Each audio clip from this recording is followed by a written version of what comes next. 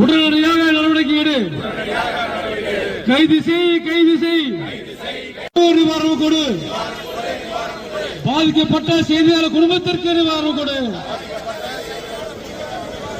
காவல்துறையே, காவல்துறையே பாதுகாப்பு கொடு, பாதுகாப்பு கொடு, பாதுகாப்பு கொடு.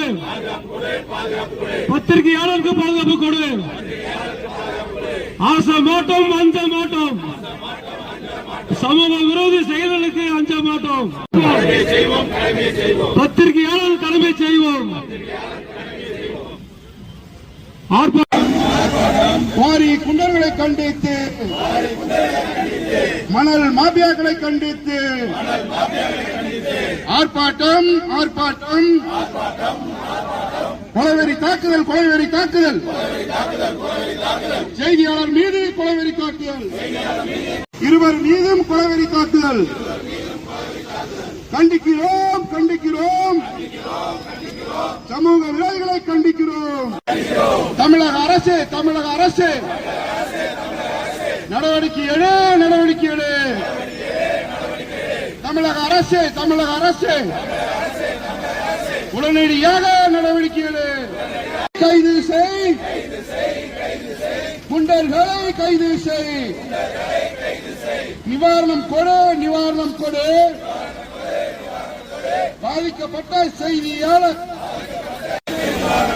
காவல்துறையே, காவல்துறையே பாதுகாப்பு கொடு, பாதுகாப்பு கொடு. பத்திரிகையாளர்களுக்கு பாதுகாப்பு கொடு. ஆர்ப்பாட்டம். அதுக்கு ஒரு வணக்கம், நன்றி தெரிவிச்சுக்கிறேன். அதை தொடர்ந்து இப்போ இந்த சம்பவம் கேஷுவலா நடக்கிறதா நம்ம எடுத்துக்கவே முடியல. ஏன்னா ஆல்ரெடி போன் பண்ணி தகவல் கொடுத்துருக்கலாம். ஆனா அந்த வாரி என்ன பண்ணு தெரியுமா? உங்களுக்கு தெரியுமா? வாரியத்துல யார் உறுப்பினராக இருப்பீங்க? யாருக்கு என்ன கிடைச்சிருச்சு? ஒன்னும் கிடைக்கல. சோ இந்த வாரியம், இந்த முன்கள பணியாளர் இதெல்லாம் எங்களுக்கு ஐஸ் வச்சு ஒரே இதா தூக்குனால இப்ப வரைக்கும் எங்களுக்கு எதுவுமே கிடைக்கல. தமிழக அரசு மூலமா நான் முக்கியமா பதிவு செய்ய தாக்குறாருன்னா அவர் என்ன பெரிய ரவுடின்னு நினைப்பா அவருக்கு. இப்ப செய்தியாளர் எல்லாம் அடங்கி போய்க்கிறேன்னு நினைச்சுக்கிறாங்க. போலீஸ் நடவடிக்கை எடுங்க அதாவது போயிடுறோம். ஆனா அடங்கி போகாத செய்தியாளர்கிட்ட யாராச்சும் சிக்கன என்ன ஆகும் தெரியுமா? பழிக்கு பழி வாங்குற சூழ்நிலை ஆச்சுன்னா என்ன ஆகும் தெரியுமா? என்ன ஆகும்? வன்முறை ஏன் கையில் எடுக்கிறது இல்ல? எல்லா டிபார்ட்மெண்ட்லயும் பாக்குறோம், எல்லாத்தையும் தாய் உலையா பழகிறோம். ரெண்டாவது போலீஸ் அண்ணன் தம்பியா நம்ம பழகிறோம். அது ஒரு விஷயம், ஒரு முக்கியமான விஷயத்தை நம்பிக்கையில போடுறோம். டக்குனு போன் பண்ணா வந்துருவாங்க. எஸ்ஐ கண்டித்து நடைபெற்றுக் கொண்டிருக்கும் இந்த ஆர்ப்பாட்டத்தின் வாயிலாக தமிழக அரசுக்கு தெரிவித்துக் கொள்வது என்னவென்றால், பத்திரிகையாளர்கள் அரசு கொண்டு வர நலத்திட்டங்களா இருக்கட்டும், விழிப்புணர்வா இருக்கட்டும், எல்லாத்தையும் மக்களுக்கு எடுத்து கொண்டு போற செய்தியை எடுத்து கொண்டு போய் மக்கள்கிட்ட தெரிவிக்கிறது இந்த பத்திரிகைங்கிறது இது வன்மையா கண்டிக்கத்தக்கது. இது ஒரு பொதுவா செயல்படக்கூடிய பத்திரிகையாளருக்கு இந்த நிலைமை அப்படின்னா மற்ற மக்களுக்கு எப்படி இருக்குங்கிறத நீங்களே சிந்திக்கணும். இந்த நேரத்தில் இதே பாத்தீங்கன்னா நமது மாவட்டத்தில் பல்லடம் செய்தியாளர் நேசபிரபு அவர்கள், நியூஸ் 7 நேசபிரபு செய்தியாளர் அவர்கள் சில மாதங்களுக்கு முன்பாக தாக்கப்பட்டார். அதே மாதிரி காங்கயம் தாக்குதலுக்கு உள்ளாகிட்டே வர்றாங்க. இப்ப கரூர் நடந்த, கிருஷ்ணராயபுரத்தில் நடந்த சம்பவம் பாத்தீங்க அப்படின்னா, ஒரு அனுமதி பெற்று நடைபெற்று வந்த கிரஷர் 2023 ஆண்டு ஜூலை மாதமே அந்த மாவட்ட ஆட்சித்தலைவரால் தடை செய்யப்பட்ட கிரஷர் கல்குவாரி இருவே தனது குண்டர்களை வைத்து தாக்குதல் நடத்தினதுனால A1 அந்த சட்டமன்ற உறுப்பினர் சேர்க்கணும் வழக்குல உடனடியாக அதுல சம்பந்தப்பட்ட அனைத்து குண்டர்கள் மீதும் கடுமையான நடவடிக்கை எடுத்து வாரியம் அமைப்பதா சொல்லி இருந்தாங்க. உரிய பாதுகாப்பு வழங்கணும்னு இந்த நேரத்தில் கேட்டுக்கிட்டு அவர்களுக்கு முதலுதவி அனைத்தும் அரசு செலவுல உடனடியாக செய்து தரணும் இந்த நேரத்தில் கேட்டுக்கிற அனைத்து பத்திரிகையாளர்களுக்கும் அனைத்து சமூக ஆர்வலருக்கும் இந்த நேரத்தில் நன்றியையும் பாராட்டுகளையும் தெரிவித்துக் கொள்கிறேன். பத்திரிகை சங்கம் சார்பாகவும் தொலைக்காட்சி மற்றும் நாளிதழ் செய்தியாளர் கூட்டம் சார்பாகவும் நடைபெறுகிற கண்டன ஆர்ப்பாட்டத்திற்கு வருகை தந்துள்ள தாராத்தை சார்ந்த அனைத்து பத்திரிகையாளர்களுக்கும் தமிழக விவசாயிகள் பாதுகாப்பு சங்கத்தின் சார்பாக வணக்கத்தையும் நன்றியும் தெரிவித்துக் கொள்கிறேன். தமிழ்நாட்டில் சமூக ஆர்வலர்களுக்கு பாதுகாப்பு இல்லை என்பதற்கான ஒரு சிறந்த உதாரணம் இந்த செய்தியாளர்கள் தாக்கப்பட்ட சம்பவம். கரூர் மாவட்டத்திலே கிருஷ்ணராயபுரத்திலே 2 செய்தியாளர்கள் சென்டர்களை பிடித்து 50 பேர் சேர்ந்து அடித்து உதைத்து சித்திரவதை செய்து உள்ளார்கள் என்பது ஒரு ஜனநாயக நாட்டில், ஜனநாயக ஆட்சி நடக்கின்ற நாட்டில் இது ஜனநாயகம் இருக்கிறதா என்ற கேள்வியை எழுப்பியுள்ளது என்பது அனைத்து ஊடகங்கள் நண்பர்களும் தெரிந்து கொள்ள வேண்டும்.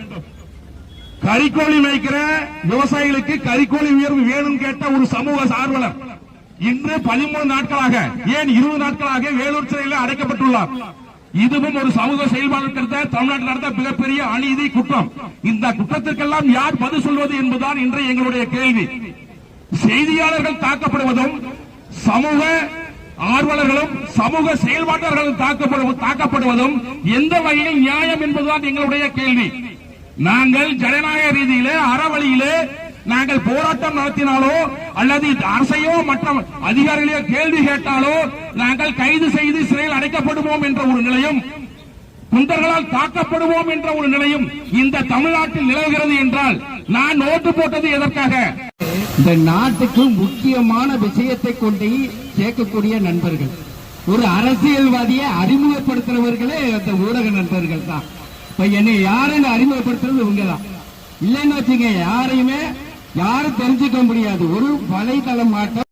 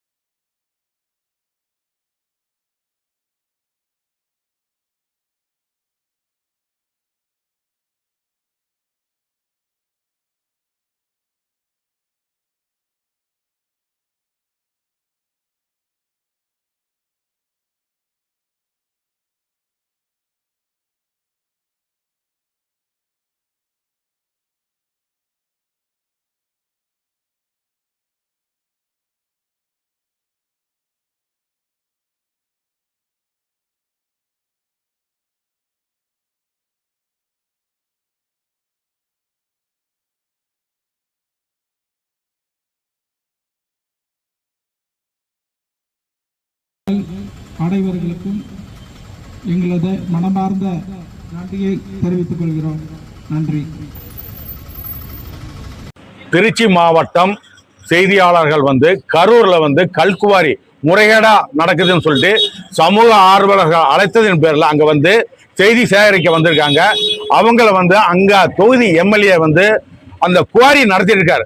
ஒரு கவுன்சிலர் இருக்கிறவங்க ஒரு கடை முனிசிபாலிட்டியில கடை எடுக்கக்கூடாதுன்னு ஒரு ரூல் இருக்கும்போது இவர் எம்எல்ஏ ஒர்க்கர் 2023 மூடின குவாரிய இவர் எப்படி அதை கனிம வளங்களை கொள்ளையடிச்சு வெட்டி கிட்டத்தட்ட பல ஆயிரம் கோடி ரூபாயை அங்க வெட்டி எடுத்திருக்காரு.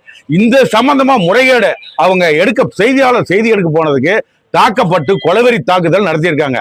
இந்த குண்டர்கள் மேல மிகப்பெரிய ஒரு வழக்கு பதிவு செஞ்சு அவங்க குண்டா என்ன ஆகிட்டு இருக்காங்க பண்ணி அவருடைய 5 வருஷம் அவர் எம்எல்ஏ இருந்த சட்டத்தை ரத்து பண்ணி அவருக்கு அரசு வழங்கக்கூடிய சலுகை பூரா திரும்ப அரசாங்கமே எடுக்கணும். மேலும் அவருக்கு இந்த மாதிரி எம்எல்ஏகளுக்கு சீட்டே கொடுக்க கூடாது என்கிறத தமிழக அரசு வேண்டி கேட்டுக்கிறேன். மேலும் இந்த குண்டாசுல அவங்களை கைது பண்ணும்போது கிட்டத்தட்ட 60 குண்டாசு ரவுடிகள் அவங்கள தாக்கியிருக்காங்க. ரிப்போர்ட்டர்னா என்ன நினைக்கிறாங்க, அவங்க ரிப்போர்ட்டர் அடிச்சா விட்டுருவாங்க அப்படின்னு நினைக்கிறாங்க. தமிழகம் முழுவதும் ரிப்போர்ட்டர்கள் கண்டிப்பா அரசுக்கு எதிராக போராடுனா தேவையில்லாம அரசுக்கு பிரச்சனை வரும். அதனால உடனே அந்த எம்எல்ஏ மேல உரிய நடவடிக்கை எடுத்து இன்னைக்கு சாயந்தரத்துக்குள்ள அவர் மேல குண்டாஸ் ஆக்ட் பதிவு பண்ணி அந்த குண்டர்களை கைது செய்யணும்னு தாராபுரம் பத்திரிகையாளர் சங்க சார்பா கேட்டுக்கொள்கிறேன். பத்திரிகையாளர் நண்பர்கள் மூலியமா கேட்டுக்கொள்கிறேன். நாங்க தாராபுரத்துல செய்தியாளர்களே போராடக்கூடிய நிலைமைக்கு தள்ளப்பட்டிருக்கிறோம். என்ன காரணம் அப்படின்னா, கரூர்ல நேற்று நடந்த சம்பவம் இன்னைக்கு உலகறிய ஒரு சூழ்நிலையா இருக்குது. செய்தியாளர்கள் அதாவது நியூஸ் தமிழ் செய்தியாளர் மற்றும் கேமராமேன் 2 பேர்த்தையுமே வந்து எம்எல்ஏ தரப்பு ஆட்கள் கூலிப்படையை ஏவி துரத்தி அடிச்சிருக்காங்க. கல்லு கட்டையெல்லாம் அடிச்சிருக்காங்க. அப்படி அவங்க எந்த தப்பும் பண்ணல. என்ன தப்பு பண்ணாங்க? அங்க நடக்கிற, அதாவது 200 மீட்டருக்கு கீழே போயிடுது காரியுடைய ஆழம். அதை வந்து பூமியில வந்து நிலநடுக்க ஏற்பட்டுரும். அதை விட கீழே போயிட்டா. அப்படிப்பட்ட ஒரு சூழ்நிலையை செய்தி சேகரிக்காக போன லைவ் டீம் தான் அந்த டீம். அந்த டீமை வந்து, அதாவது எம்எல்ஏ தரப்புல ஆளுங்கட்சி எம்எல்ஏ பழனியாண்டி வந்து இந்த மாதிரி ஒரு சம்பவத்தில் ஈடுபட்டார் அப்படிங்கிறது தமிழகத்துக்கே பேர் அதிர்ச்சி ஏற்படுது. என்ன காரணம் அப்படின்னா, அதாவது அவர்கிட்ட சட்டமன்ற உறுப்பினர், அரசாங்கமே அவங்க கையில் இருக்குது. ஜஸ்ட் நாங்க போய் ஒரு செய்தி எடுக்கிறோம், அவ்வளவுதான். அந்த இடத்துல வந்து என்ன நடந்தாலும் போலீஸ் வச்சு பேசிக்கலாம். கூலிப்படையை ஏவி விட்ட அவருக்கு சட்டத்தை மீறி ஏவி விடுறாரு. ஆனா போலீஸ் அங்க போய் என்ன ஏதுன்னு பாக்குறேன்னு சொல்ல அறிவு அவருக்கு தெரியல. 2வது, ஆளை வச்சு அடிக்கிற அளவுக்கு அவருக்கு அங்க என்ன அவ்வளவு ஒரு தப்பு பண்றாரு அவர் மக்கள் போனா அவருடைய நிலைமை என்ன? மக்கள் யாராச்சும் போய் அவர்கிட்ட போய், ஐயா சாமி எனக்கு இந்த தொகுதி இந்த பிரச்சனையை தீர்த்து கொடுன்னு ஒரு மரியாதை இல்லாம பேசிட முடியுமா? இல்ல அவர்கிட்ட உரிமையா கேட்ட முடியுமா? வேற மாதிரி இருக்கும் போல இருக்கு அந்த சூழ்நிலை. அதனால இப்ப நம்ம சொல்ல வரதுல என்ன தெரியுமா, அதிமுகவும் சரி திமுகவும் சரி, முன்னாள் தலைவர்கள் கருணாநிதியும் சரி, ஏன் ஸ்டாலினே எடுத்துக்கங்க, கடந்த 1 வருடம் முன்பு வரை அவரு கட்சிக்கு கெட்ட பேர் ஏற்படுத்தக்கூடிய எந்த நிர்வாகியா இருந்தாலும் பதவி நீக்கம் செஞ்சாங்க. ஆனா இன்னைக்கு ஒரு செய்தியாளர்கள் முன்கள பணியாளர்னு தமிழக முதல்வர் பொறுப்பேற்றதுமே எங்களை செய்தியாளர்களை முன்கள பணியாளர் அப்படின்னு ஒரு கௌரவம் கொடுத்தாரு. எல்லாத்துக்கும் அப்படியே ஒரு பிரமிப்பா இருந்தது. பரவாயில்ல அப்படின்னு நினைச்சோம். ஆனா நலவாரியம் பண்ணாங்க. நலவாரியத்துல இப்ப வரைக்கும் எந்த ஒரு நலனுமே எங்களுக்கு கிடைக்கல. ஆனா செய்தியாளர்களுக்கு உரிய பாதுகாப்பும் கொடுக்கல. சும்மா கண் துடைப்புக்காக வேணா சொல்லிட்டாங்க. நாங்க குற்றச்சாட்டு வச்சாலுமே இனி வரும் காலங்கள்ல செய்தியாளர்கள் தாக்கப்படாம இருக்கணும்.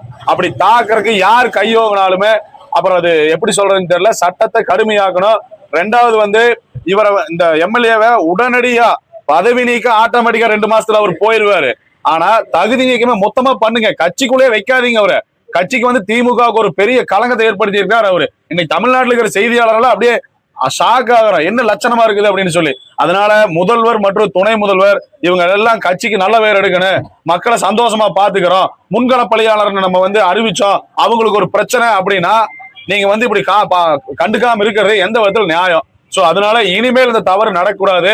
நாங்க எல்லாரும் பக்கபலமா தான் இதுவரைக்கும் இருந்துட்டு இருக்கிறோம்னு தெரியுது. பட் அது இனி நடக்க போற காலங்கள் எப்படிங்க தெரியாது.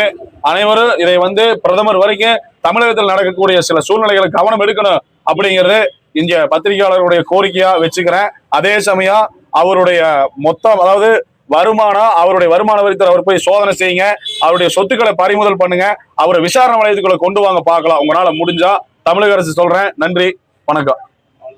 இன்று திருச்சியினுடைய செய்தியாளர், நியூஸ் தமிழ் செய்தியாளர் கதிரவன் மற்றும் ஜெபஸ்டின், புகைப்பேட்டை கணக்கு ஜெபஸ்டின் இருவர் வந்து கரூர் பக்கத்தால ஒரு எம்எல்ஏ, இன்னைக்கு வந்து திமுகவுடைய எம்எல்ஏ இருக்கக்கூடிய ஒரு கல்குவாரியில செய்தி அளிக்க போகும்போது 60க்கும் மேற்பட்ட குண்டர்கள்லாம் இன்னைக்கு தாக்கப்பட்டிருக்காங்க.